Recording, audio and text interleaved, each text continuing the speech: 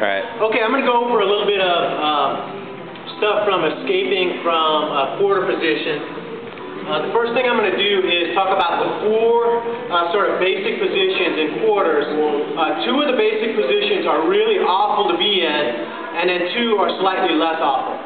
So the initial fight when you get in quarters position is to get to one of the less awful positions, and then we'll build our escape from there. So let's go over what those four positions are. So you get artist. Alright, this one sucks. This is one of the ones you don't want to be in. So I'm on all fours facing the mat. I don't want this one. Number two, this is the other one I don't want. I'm facing the ceiling with my hips. That only leaves two other options. One option is over on my side. This one is slightly less sucky, so I can fight out from this one. And then the very last one is seated here. This one sucks, but it's slightly less sucky, so I can fight from this one. That's the four positions. So again, no,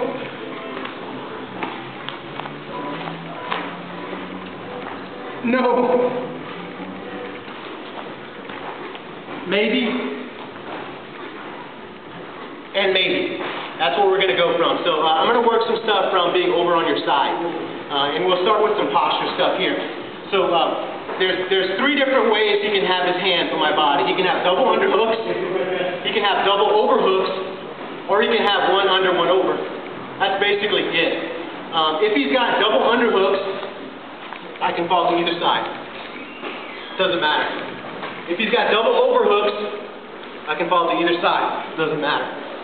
If he's got one over, one under, I'm always trying to fall to the same side. Always. And I'm always falling to the underhook side. I'm going to capture that arm and fall to that side. And the reason I'm falling to that side is because of the choke. If he grabs my collar here, and I fall to this side, then my escape will get me choked out. Every time. So, when he has the harness, all I have to remember is I want to go this way. And we're going to build our escape from here. So now I've gotten to one of the four postures, initial postures that I can use to escape. Now I'm going to build a better posture from here. So I fell to the right side because he had an underhook on that side. Now I'm going to build my posture from here.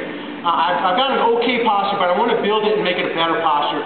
Because from here, he can still put me in one of the two postures I don't want. He can roll me back up on my back here, right? And then I got to fight again. So I got to keep him from being able to do that, and I'm going to do that by building a good posture. So here's how I'm going to build my good posture. Number one, I'm going to drive my head back and touch the mat with the back of my head, like this, right next to his. Number two, I'm going to get my feet wide, and number three, I'm going to move my hips towards the ceiling, like this. So now my head is touching the mat, my feet are wide, and my hips are facing the ceiling. Now from here, it's no longer possible for him to roll me back that way because of my wide base and the position of my hips. Also, in this posture, I got a pin on his hip with my hip. Makes it really hard for him to move or get out from here. Right. So I've actually got a pin here. This is my posture. Now here is where I want to launch my escape from. My escape is really simple. All I got to do is bring this elbow to the mat. This elbow shoulder to the mat. So I'm going to turn. So this elbow shoulder touches the mat, and then turn up into guard. A little bit better place to fight from. So again, a little bit faster. I'm going to build my posture, so I'm going to go to one of the escape postures, side, touch my head to the mat, bring my legs wide, and hips facing the ceiling. Now I just got to get this shoulder down. Scoop, scoop, scoop. Scoop, scoop. As soon as my shoulder hits the mat, I'm going to turn up in. Step one. Once we can do that consistently, then we can work on some leg fighting down low to improve our position. But we have to have that first. I have to be able to build both of those positions. So the first posture I have to build is coming on my side here. The second posture I have to build is head back, hips facing the ceiling, legs wide. That's what I got to be able to do. And if I can do that, now I can add some leg fighting in to get out. So here's my leg fighting. I'm going to build my first posture. Now I'm going to build that second one, only I'm going to do some leg fighting first. I'm going to take this foot and shove this one to the mat. Take this foot and shove this one to the mat. Now I'm going to build that second posture, only I'm building it on top of his leg now. Here. That puts me in a much better spot here. Now I don't have to go to his guard anymore. So when I turn and get the shoulder to the mat here, I can come to cross sides. So all I added was coming on top of that leg. One more time. I fall to this side because that's the arm that's got the underhook.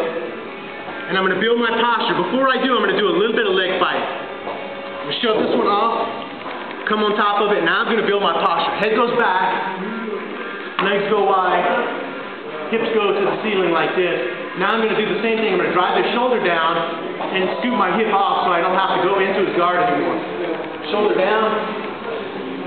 I'm going to grab his pants here so he doesn't mount.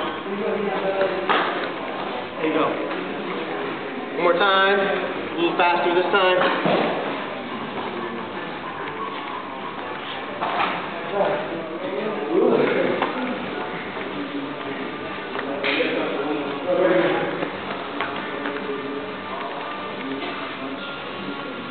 Like so. And then I'll do one last thing, because if a guy's got good jiu-jitsu, sometimes you have to go to the wrong side. So I know I want to go to this side, but he's got good jiu-jitsu, so he's going to take me to the wrong side. Sucks. When he does this, he's going to get my collar, which again sucks. So my first thing is I got to defend. And I'm always going to defend with a superior grip. And a superior grip is always above his. So I don't want to grab here to try to defend. This is an inferior grip, and if he's strong, he can still choke me out. Right. I want to get a superior grip, which is always above his, here. Like that. Now I've got a superior grip, so I've taken his ability to choke me away. If I can remove this hand, it'll be beautiful, but oftentimes I can't. Because he's on too tight, and I can't remove that one. In order to be able to turn, I got to remove this one. So I'm going to give him this one. He can have it now. And I'm going to remove this one and get my elbow underneath like that. Now I'm essentially on the right side. Now he's got a double over. Remember I said double over, you can go either direction. So now he's got a double over, so I can do the same technique. Get my posture here, and because I've got superior grip, he's not going to choke me. Not going to choke me. And turn up in. So essentially I've just turned his posture, his hand grip into a double over. So again, he gets a harness and takes me to the side I don't want to go to, grabs the collar. Protect first. Now I'm protecting. Now I got to remove this one. I like to get underneath it if I can, because I can have a lot more leverage to lift it. And then I just want to get my elbow underneath, and now I put him in a double over situation, like that. If I can remove this one, I'll remove it, but oftentimes I can't. So if I can't remove it, I just got to fight from here. Shove his foot down, come on top, build my posture, so head to the mat. Build my posture here, come off, grab his knee, and then come across that. So I can go either way. I'd rather go one way, but if I can't, then I'll go the other way. Protect first, remove the arm, and then tuck under.